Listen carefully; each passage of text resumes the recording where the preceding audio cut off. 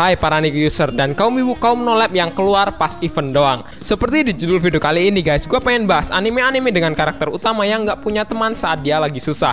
Tapi waktu dia sedang bahagia atau bisa dibilang menjadi orang yang hebat, teman-temannya ini balik lagi tuh dan so akrab lagi tuh ya. Jadi ini adalah contoh spesies temen yang paling berak menurut gue.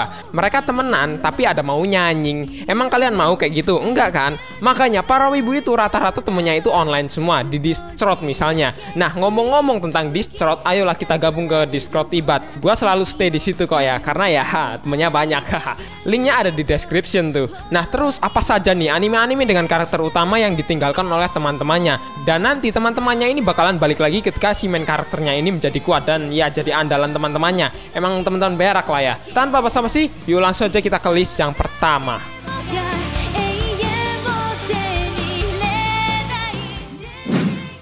Ari Fureta Shokugyo de Sekai Saikyo.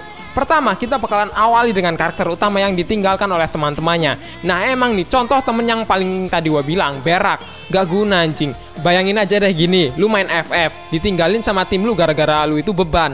Ya, rasa ingin menguninstall itu menjadi stong anjing ke atas. Ceritanya bermula dari beberapa anak SMA yang dipanggil oleh tim Magic kerajaan dari dunia lain, guys. Mereka ini dipanggil untuk menjadi seorang pahlawan. Salah satunya adalah si Hajime dan teman-teman sekolahnya. Di dunia baru tersebut itu semua orang memiliki kemampuan istimewa tersendiri seperti kemampuan sihir api, pengobatan, memperkuat tubuh dan lain-lain. Orang yang terpanggil sebagai pahlawan akan memiliki kemampuan yang melebihi orang biasa. Namun nyatanya Hajime malah mendapatkan kekuatan transmutasi. Kekuatan transmutasi ini biasanya ya digunakan untuk orang-orang untuk bertani lah ya. Nah lo, jadi pahlawan kok kekuatannya bertani pak? Makanya karena dianggap paling tidak berguna, Hajime ini menjadi beban timnya dan mendapatkan beberapa sindiran. Dan akhirnya dijebak oleh temannya itu sendiri dan dikhianati. Sampai-sampai Hajime ini diserang oleh teman-temannya saat berada di dungeon.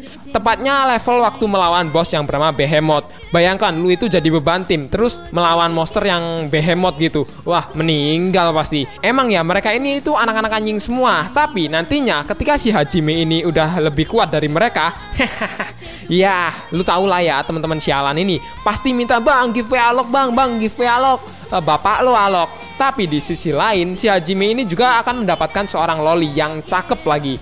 Gua juga mau tuh jadi Hajime, gak masalah dibully.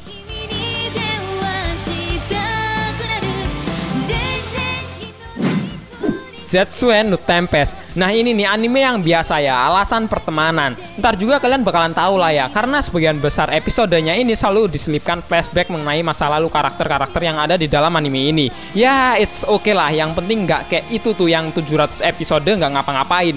Cuma jadi beban terus gitu. Untung aja tuh ya Naruto orangnya baik, gak ninggalin temen. Bercerita mengenai karakter yang bernama Takigawa Yoshino, seorang siswa SMA biasa yang memiliki teman misterius yang bernama Mahiro. Nah Mahiro ini membuat sebuah kesepakatan dengan seorang penyihir yang bernama Hakaze untuk memburu seorang pembunuh yang membunuh adik perempuannya. Namun ketika si Yoshino ini bertemu kembali dengan Mahiro yang telah lama pergi, mereka ini terlibat dalam sebuah peristiwa supranatural yang memiliki dampak kepada kehancuran seluruh dunia. Men, lu harus nonton anime ini pak. Ratingnya itu 8,0. Udah wajib lah kalau 8 itu lu harus nonton animenya. Ulysses Jahani di Aktu Renkin no Kishi.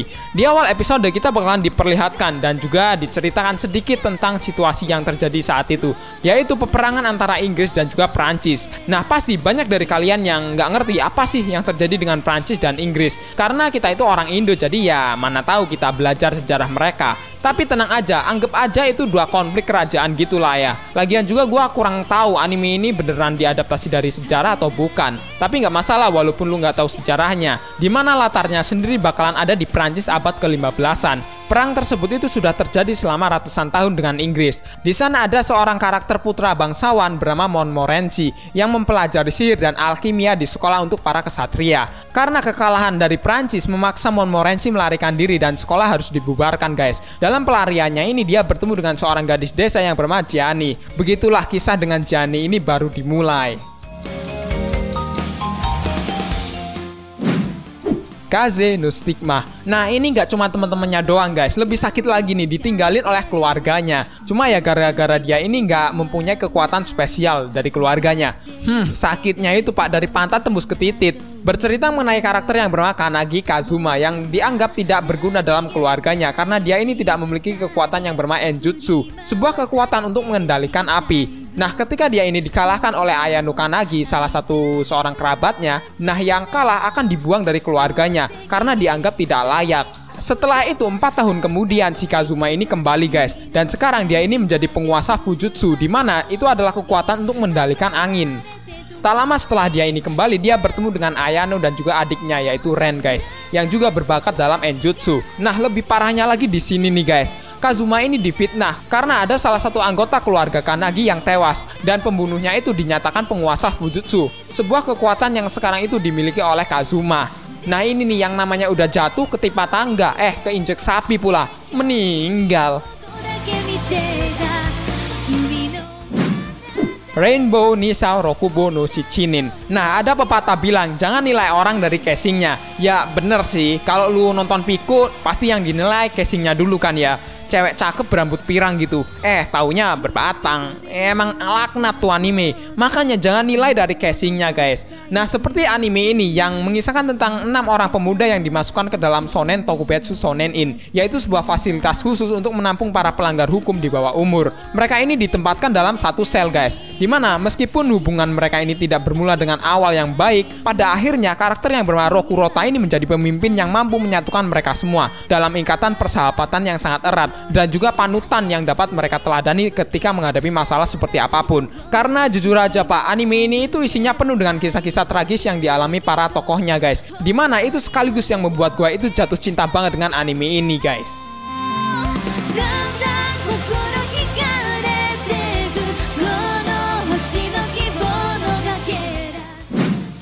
Phantom Requiem of the Phantom. Kalian mikir kalau kehidupan kalian itu menyedihkan, makan, tidur, nonton anime, main game, kalah, banting HP, berak gitu terus ngulang-ngulang. Tenang aja, kalian akan bersyukur ketika melihat karakter si Ainz dan Zuei ini guys.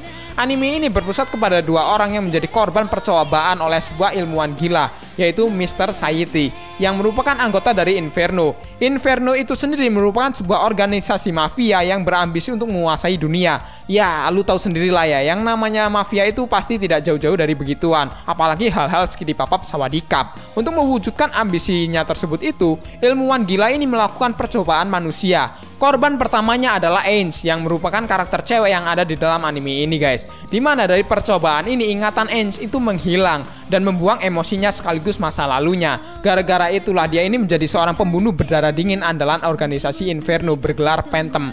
Phantom akan melaksanakan segala perintah Inferno karena pada dasarnya ya dia ini diciptakan hanya untuk membunuh. Nah, saat salah satu tugas untuk melaksanakan perintah, Phantom ini dihadapkan dengan karakter Reiji yang seorang turis Jepang. Karena Phantom ini harus melaksanakan perintah dengan rapi tanpa meninggalkan jejak maupun saksi, dia ini diperintahkan untuk menghabisinya. Namun Reiji ini mampu sedikit bertahan walaupun pada akhirnya berhasil dilumpuhkannya. Dan akhirnya Reiji ini dibawa dan dijadikan subjek percobaan kedua dan diberi nama Zuei guys. Dan dilatih oleh Ainz untuk menjadi pembunuh profesional agar Zuei ini bisa menjadi seperti dia.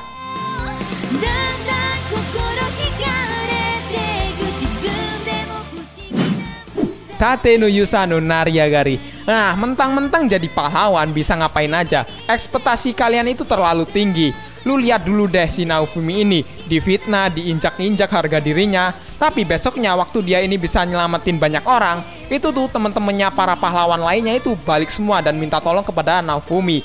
Rasa ingin bertumbuk menjadi stong anjing. Mirip dengan Arif Fureta, kebalik sih. Anime ini juga mengisahkan tentang orang yang disuruh menjadi pahlawan di dunia lain. Tetapi di anime ini pahlawannya itu lebih dikenal dengan nama Four Cardinal Heroes, yang merupakan kelompok pria biasa dari Jepang modern yang dipanggil ke kerajaan Malromak untuk menjadi penyelamatnya. Udah pada tahu semua sih ya pasti ceritanya. Berabad-abad Malromak diganggu oleh gelombang bencana yang selalu terulang. Namun perlakuan terhadap salah satu pahlawan yang bernama Naofumi ini jauh lebih dari kata baik teman-teman. Karena hanya gara-gara mendapatkan gelar pahlawan perisai, dia ini dianggap tidak berguna sama sekali. Naofumi ini diremehkan bahkan diejek oleh sesama pahlawan. Bahkan lebih parahnya lagi, dia ini sempat difitnah oleh cewek King Kong di hadapan semua orang kerajaan guys. Ketika pahlawan-pahlawan lain itu diberlakukan layaknya pahlawan sungguhan, Naofumi ini harus bangkit sendirian. Tapi ya nantinya waktu si Naofumi ini bangkit, Itu tuh 3 pahlawan yang tadinya ngancungin si Naofumi jadi kocar-kacir berak anjing. Apalagi season 2-nya ini nih. Gua pengen banget tuh lihat adegan si 3 pahlawan itu menjadi tololnya minta ampun, membangkitkan kura-kura. Pokoknya yang udah baca novelnya atau manganya udah tau lah ya. Panel yang paling epic menurut gua itu.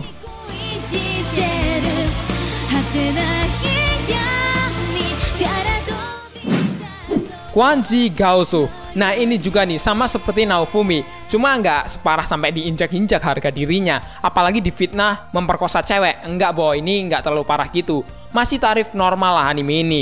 Cuma tetep aja, gua kesel kalau punya temen kayak mereka gitu. Karakter anime ini bernama Yesiu alias Ye Queen. Adalah seorang atlet e-sport profesional yang sudah berpengalaman di game MMORPG yang bernama Glory selama 10 tahun. Kehebatannya ini berhasil membawa tim e-sportnya itu menjadi pemenang kejuaraan Glory selama 3 tahun berturut-turut. Tetapi kejayaannya ini pada akhirnya itu bakalan berakhir ketika bosnya itu memberhentikan Yesiu dari timnya dan memaksanya untuk menyerahkan akun yang dia miliki. Nah, bosnya ini sudah menganggap kalau Yesiu itu sudah terlalu tua guys untuk mengikuti kejuaraan dan sudah saatnya untuk mengganti kapten tim dengan generasi yang lebih muda guys. Akhirnya dia ini keluyuran tanpa arah dan berakhir di sebuah warnet. Nah di warnet tersebut itulah Yesiu itu bertemu dengan seorang perempuan yang bernama Chen Guo guys. Dan pada akhirnya mendapatkan pekerjaan menjadi OP warnet.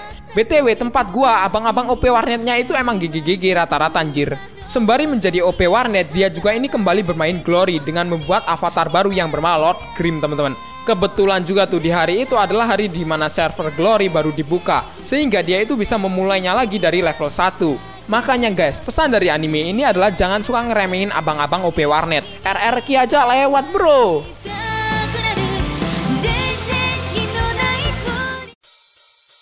Nah itulah anime-anime di mana karakter utamanya ini yang lemah ditinggalkan atau meninggalkan teman-temannya.